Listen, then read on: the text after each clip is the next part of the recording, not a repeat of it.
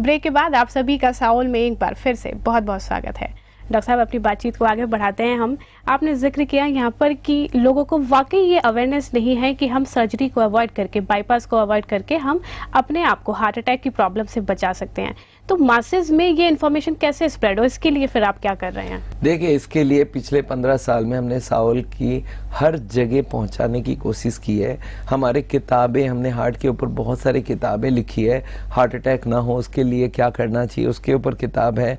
हमारी किताबें zero oil cooking के ऊपर है। हमारी किताबें रिवर्सल ऑफ हार्ट डिजीज़ के ऊपर है और ये 9 लैंग्वेज में पब्लिश हो चुकी हैं। हिंदी, इंग्लिश, गुजराती, पंजाबी, बंगाली, कन्नड़, तेलुगु, तमिल, मराठी, हर लैंग्वेज में हमारी किताबें इंडिया भर में मिलती है। मैं हार्ट के पेशेंट्स को अवेयर करने के लिए किताबें लिखा हूँ। उसमें हार्ट अटैक क्या है, क्यों होती है, क्या करने से हार्ट अटैक ना हो उसका डिटेल दिया है।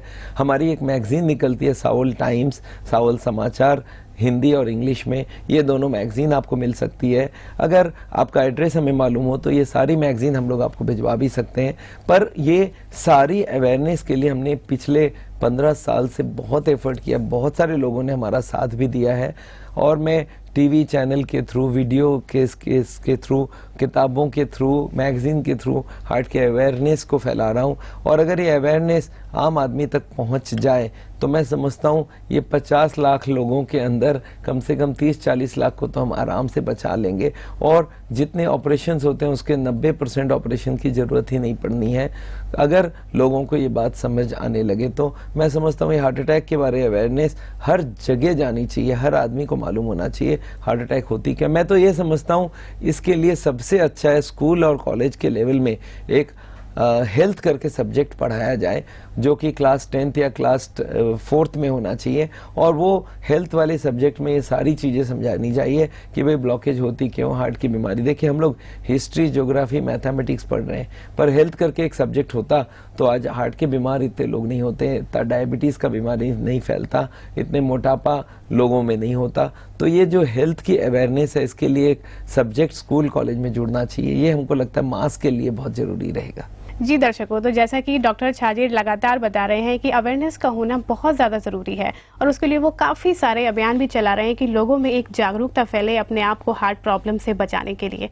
तो अगर आप भी हार्ट रिलेटेड किसी भी प्रॉब्लम का समाधान चाहते हैं तो अपना सवाल हमारे नंबर पर रिकॉर्ड कराएं। उसके लिए डायल करें 01147545495। चलिए डॉक्टर छाजेड़, आगे बढ़ते हैं और एक और सवाल यहाँ पर, जैसे आपने बोला कि लगातार इस प्रॉब्लम को अवॉइड करना चाहिए।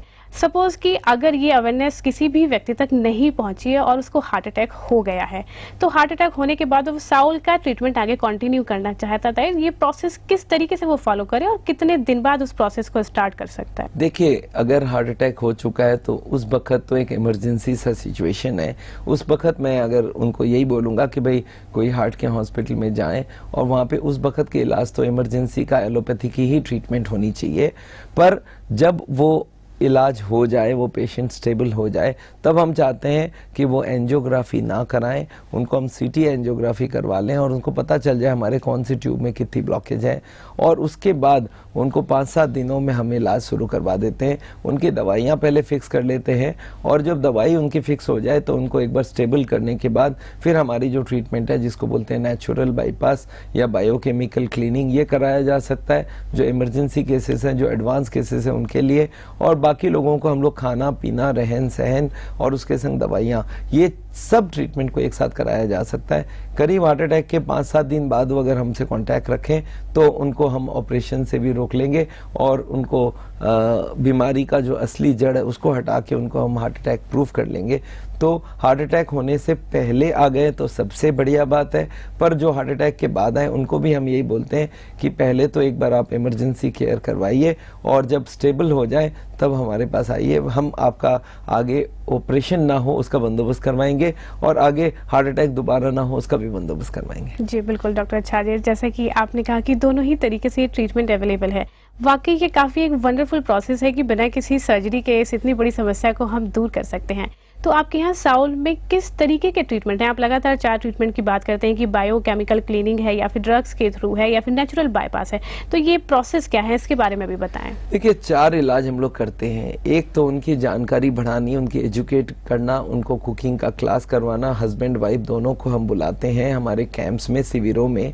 2 तरह की शिविर होती है, एक 4 घंटे की होती है, इसको बोलते हैं हार्ट केयर कैंप। एक होती है पूरे दिन का, जो दिल्ली में हम लोग करते रहते हैं हर महीने में, और इसका नाम है हार्ट लाइफस्टाइल ट्रेनिंग प्रोग्राम। ये तो कंपलसरी हमारा ट्रीटमेंट का पार्ट है। जो ये दोनों ट्रीटमेंट ना कराएं उनको हम ट्रीटमेंट ही नहीं मानते, उनको हम बोलते हैं वो बीमारी को बढ़ाने वाला बात कर रहे हैं। इसके साथ हम लोग दवाइयाँ दे देते हैं, एलोपैथी की जो दवाई की प्रोटेक्शन है वो उनको दे देते हैं, उनकी तकलीफ कम कर देते हैं, उनके एंजाइना कम कर देते हैं, उनको ब्लड को पतला कर देते हैं, उनकी कोलेस्ट्रॉल कम कर लेते हैं। तो एलोपैथी की दवाई और लाइफस्टाइल, ये तो 2 हमारा मेन मुख्य डायरेक्शन है। और इसके संग जो एडवांस केसेस हैं जिनके ब्लॉकेज बहुत ज़्यादा है, उनके लिए है नेचुरल बाईपास, जिसमें एक मशीन से हम लोग हार्ट के बहुत सारी नई ट्यूब को खोल देते हैं, जो भगवान ने, कुदरत ने हमें एक्स्ट्रा दिया हुआ है, और इसके लिए ऑपरेशन की कोई ज़रूरत नहीं पड़ती है। और इसके संग एक होती है बायोकेमिकल क्लीनिंग, जिसमें हम लोग कुछ केमिकल ब्लड में डाल के उस केमिकल से ब्लॉकेज को गलाने का काम करते हैं। और इनके साथ आजकल हम लोग और भी जो आदमी ऐसे हैं बहुत दूर में बैठे हैं, जो हो सकता है इतना दूर नहीं आ सकें, उनके लिए एक मायो क्योर करके आयुर्वेदिक ट्रीटमेंट भी है और होम्योपैथी की ट्रीटमेंट भी ऐड हो रही है। तो मैं समझता हूँ हार्ट के पेशेंट्स को एलोपैथी दवाई के साथ साथ और जो भी आर्ट ऑफ लिविंग से पॉसिबल है उनको भी जोड़ देना चाहिए। तो सावल में ये चारों ट्रीटमेंट की अवेलेबिलिटी है, और हार्ट के पेशेंट्स को अगर ये चारों करवाया जाए, वो आगे हार्ट अटैक से भी रुक जाए, बच जाए, और आगे उनको हार्ट की बीमारी भी ना हो।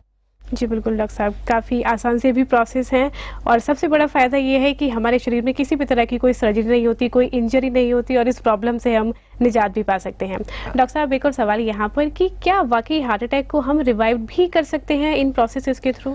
यस, देखिए अगर इकोकार्डियोग्राम में कोई को पता चले उसकी पंपिंग कम हो गई है, 30, 35, 40 या 15, 20 भी हो गई है, तो इनको बढ़ाया जा सकता है। जो हार्ट की एरिया डैमेज्ड हुई है उसको हम रिवाइव कर सकते हैं। कुछ एरिया डेड होता है, उसको रिवाइव करना बहुत मुश्किल है, पर जो एरिया हाफ डेड है या डैमेज्ड है उनको रिवर्स किया जा सकता है, और वो पंपिंग बढ़ सकती है। हमारे पास ऐसे ऐसे पेशेंट है जिसकी 30 पंपिंग है और 40 हो गया, जैसे 15 पंपिंग है उसका 40 हो गया। तो ये जो पंपिंग को बढ़ाया जाने के लिए हमारे पास जो इलाज है वो है नेचुरल बाईपास और ECP। ये जो ट्रीटमेंट है इसमें हार्ट में नई ट्यूब्स खोल के हार्ट की एरिया जो डैमेज्ड है उसको भी रिवाइव किया जा सकता है, और उसके संग बॉडी अपने आप को रिपेयर भी कर सकती है।